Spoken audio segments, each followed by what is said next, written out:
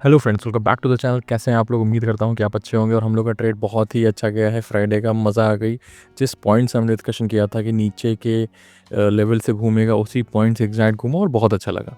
हालांकि ये जो वीकेंड है, इसके बारे में मैं आपको बताना चाहूँगा, बहुत ही उथल पुथल रहा है। देखिए, थोड़ी चीज़ें होती हैं। चीज़ें क्या होती हैं, जैसे ट्रम्प के जो टैरिफ्स हैं, उन पे उनके वहाँ के कोर्ट ने उनको कह दिया इनवैलिड, और उसके बाद से टैरिफ हट रहे हैं।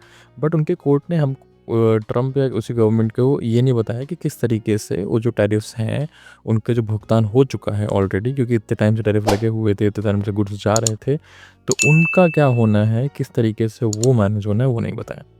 चलिए, वो तो ठीक है। बट इस चक्कर में गिफ्ट निफ्टी 320 पॉइंट ऊपर चढ़ गया था। हालांकि हालांकि बहुत इंपॉर्टेंट चीज़ मैं आपको बताऊंगा। इंपॉर्टेंट क्या है कि अगर ये कोई भी बड़ी news, B it a very good news, B it a very bad news, अगर ये चीज़ फ्राइडे नाइट या सैटरडे को आ जाती है, तो वो चीज़ वीकेंड तक लोग उसको समझ के फैक्टर इन कर चुके होते हैं। हालांकि अगर जैसे ये अगर न्यूज़ मंडे को आती, अगर ये न्यूज़ संडे नाइट को आती, तो जब तक कोई समझ पाता, तब तक एक चार्ट ने रिएक्शन दे दिया होता। बट क्योंकि अब ये न्यूज़ फ्राइडे नाइट आई है, तो इसको बहुत ही इम्पॉर्टेंटली लोगों ने फैक्टर इन कर लिया होगा। ठीक है। बट केवल ये न्यूज़ नहीं आई, उसके बाद न्यूज़ क्या आई कि ग्लोबल टैरिफ ट्रंप ने 10% से 15% बढ़ा दिया है। अब वो क्या है, उसने उसमें भी बहुत सारी चीज़ें लिखी हुई हैं कि लीगली ये है, लीगली वो है। तो हाँ, उसको पता होगा। देखो, इतना टाइम से इतना बड़ा टाइकून, इतना बड़ा बिजनेस में ऐसे प्रेसिडेंट नहीं बन गया है वो। उसे पता होगा कि वो क्या कर रहा है। तो वो मैनेज कर लेगा कि वो 10 से 15% लीगली अपने सारे लॉयर्स और सबको मिला के वो कर लेगा। तो हमको यहाँ क्या समझना है? हमको ये समझना है कि हमको गिफ्ट निफ्टी से के चक्कर में बेवकूफ़ नहीं बनना है। क्योंकि गिफ्ट निफ्टी हमको मंडे को ही बता पाएगा एग्जैक्टली वो कैसा फील कर रहा है, क्या है। तो हमको हर सिनेरियो का डिस्कशन करके चलना पड़ेगा। ठीक है ना? आइए, चलिए स्क्रीन पर चलते हैं और बहुत ही इम्पॉर्टेंट डिस्कशन करते हैं। इसमें मैं आपको नेक्स्ट वीक के बारे में बताऊंगा। और हम मतलब बहुत डिटेल में बहुत अच्छा डिस्कशन, नेक्स्ट पूरे वीक का आउटलुक और मंडे का आउटलुक, दोनों चीज़ें बहुत अच्छे से डिस्कशन करेंगे, सॉरी। तो आइए, चलिए स्क्रीन पर चलते हैं। और जाने से पहले मैं ज़रूर बोलूँगा कि जो लोग हमारे चैनल पर नए हैं, वो बिल्कुल तुरंत सब्सक्राइब बटन दबाइए, क्योंकि आपको पता ही है कि ऐसे चैनल्स इतने सारे हैं, बहुत सारे चैनल्स हैं, तो वो चैनल खो जाता है, फिर आप ढूंढते रह जाएंगे, आपको कहीं मिलेगा नहीं। ठीक है ना? सब्सक्राइब बटन ज़रूर दबा दीजिएगा। आइए, चलिए स्क्रीन पर चलते हैं। तो हमारा बहुत ही अच्छा डिस्कशन था फ्राइडे का। मज़ा आ गई। ये जो लेवल था, हमने यहाँ से बात करी थी कि इस लेवल पे हमको कॉल की ही देखनी है। हमने पूरी बात करी थी कि कॉल का ही हम सोचेंगे, क्योंकि मार्केट इतना नीचे आ चुका था और अगेन वो हमको एक ओवरसोल्ड जोन में मिल चुका था। ठीक है ना? हमने बहुत इंपॉर्टेंट अच्छी बात करी थी। हालांकि मैं आपको फिबोनाची लेवल्स करके भी दिखाता हूँ। ये जो फिबोनाची हम लोग यूज़ करते हैं, उस हिसाब से let me check with Fibonacci levels. अब मार्केट को सीरियसली वापस घूमना है, तो मार्केट को एटलीस्ट इस लेवल के ऊपर क्लोज देना पड़ेगा। इस लेवल के ऊपर क्लोज का मतलब क्या हुआ?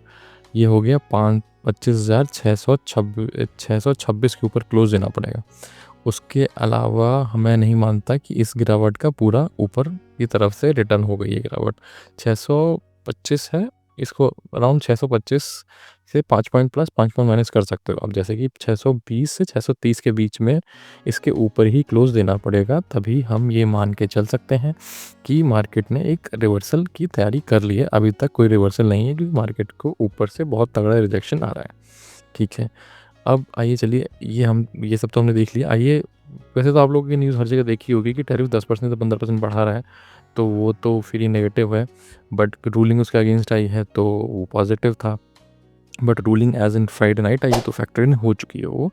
तो आइए तब भी एक बार एनालिसिस कर लेते हैं एफआईडीआई डेटा का भी, कि वो क्या सोच रहा है। एफआईज भी देखो पॉजिटिव हैं, बट देखो उन्होंने सेलिंग पुट कम सेल किया। पुट्स जब सेल होते हैं या कॉल जब सेल होता है, जब सेलिंग फिगर ज़्यादा होता है, तो मार्केट का उस डायरेक्शन में जाने की चांस बहुत ज़्यादा होता है। तो यहाँ पे आप देखोगे कि पुट सेल किया है, बट कम सेल किया है। तो हाँ, हालांकि मार्केट बुलिश है, बट बहुत ज़्यादा बुलिश है ऐसा मैं नहीं कहूँगा, क्योंकि अभी मार्केट में पुट्स बहुत बड़े-बड़े सेल नहीं हुए। जैसे ये पुट बड़ा सेल होता ना, तो उसके बाद मार्केट में आगे ऊपर जाने के चांस बहुत ज़्यादा होते हैं। यहाँ पे पुट बहुत बड़ा सेल नहीं हुआ है, तो मैं नहीं मान सकता कि ये मार्केट में आगे जाने के चांस है, कि ऊपर बहुत तगड़ा बढ़ने के चांस है, अंटिल की शॉर्ट कवरिंग हो जाए, कुछ हो जाए। वो भी हम पूरा डिस्कशन करेंगे, तो बने रहिएगा चैनल में लास्ट तक। यहाँ पे देखिए, यहाँ पे भी बहुत ज़्यादा सेल नहीं हुआ है, यहाँ पे 935 करोड़ का ही सेल हुआ है, ये बहुत ज़्यादा कुछ ऐसा बहुत ज़्यादा सेलिंग कुछ नहीं है। अगर हम ये वो ऑप्शंस चेन की बात करें तो 25,000 और 26,000 मेजर रेजिस्टेंस और मेजर सपोर्ट है ना? तो हमको ये ध्यान में रखना होगा 25,800 भी एक अच्छा खासा रेजिस्टेंस बन सकता है, क्योंकि इसमें भी 100 लाख का ओआई बना हुआ है, 107 लाख का ओआई बना हुआ है। तो मेजरली देखो ऊपर की तरफ रेजिस्टेंस क्या-क्या है, 25,800 और 26,000, और नीचे की तरफ सपोर्ट क्या है, 25,000 पे एक मेजर सपोर्ट आ रहा है। हालाँकि 25,500 पे भी है, बट 91 है, तो ये 100 भी नहीं है, तो मैं इसको बहुत ज़्यादा कंसिडर नहीं करूँगा। ठीक है ना? और अब अगर हम एडीआर्स भी देखें तो एडीआर्स में भी ऐसा कुछ ख़ास रिएक्शन था नहीं फ्राइडे नाइट को भी, जो कि जब कोर्ट का ऑर्डर आया ना, तो गिफ्ट निफ्टी तो भागा ऊपर। देखो गिफ्ट निफ्टी तो भागा 320 पॉइंट, बट एडीआर्स में ऐसा कुछ रिएक्शन नहीं दिखा। एडीआर्स में बैंक्स ही 1-1% बढ़े हैं, इवन आईटी स्टॉक्स बहुत बढ़े भी नहीं हैं। तो ये जो गिफ्ट निफ्टी है, ये बहुत ही मैनिपुलेटिव हो सकता है, तो इसके चक्कर में बेवकूफ़ बिल्कुल मत बनिएगा। ठीक है ना? आइए हम डिस्कशन कर लेते हैं कि मार्केट आगे की तरफ कैसे काम कर सकता है। ठीक है ना? अब हम इस लाइन को हटा देंगे, है ना? और इस लाइन को हल्का-सा ऊपर कर देंगे, हल्का-सा यहाँ कर देंगे। ठीक है?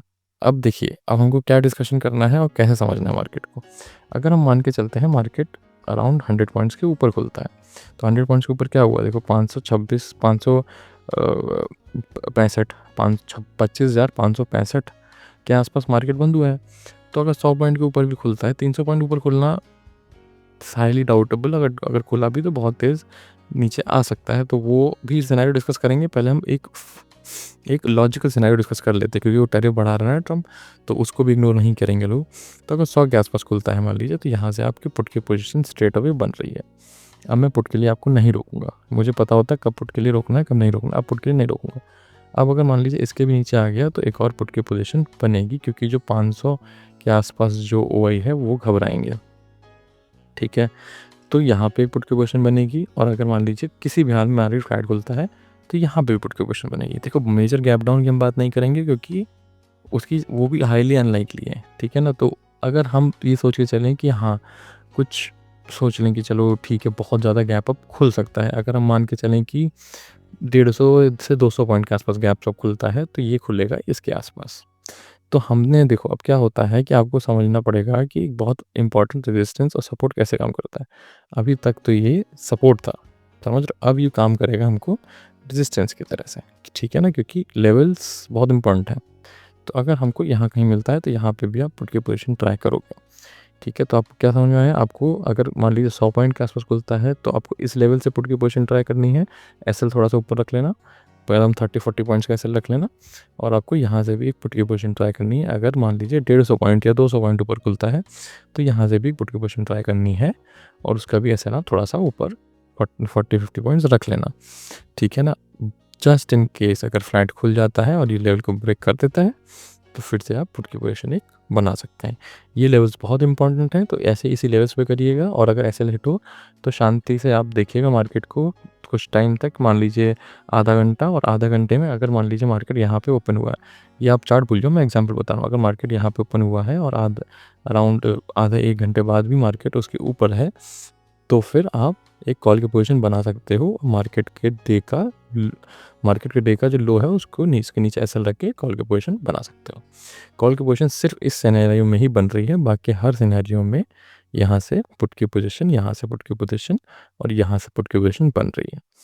ठीक है ना? क्योंकि डेटा कैसा भी हो, बट अगर बहुत ज़्यादा ऊपर मार्केट में प्रॉफिट्स बन जाते हैं बड़े प्लेयर्स के, तो वो प्रॉफिट बुक करते हैं।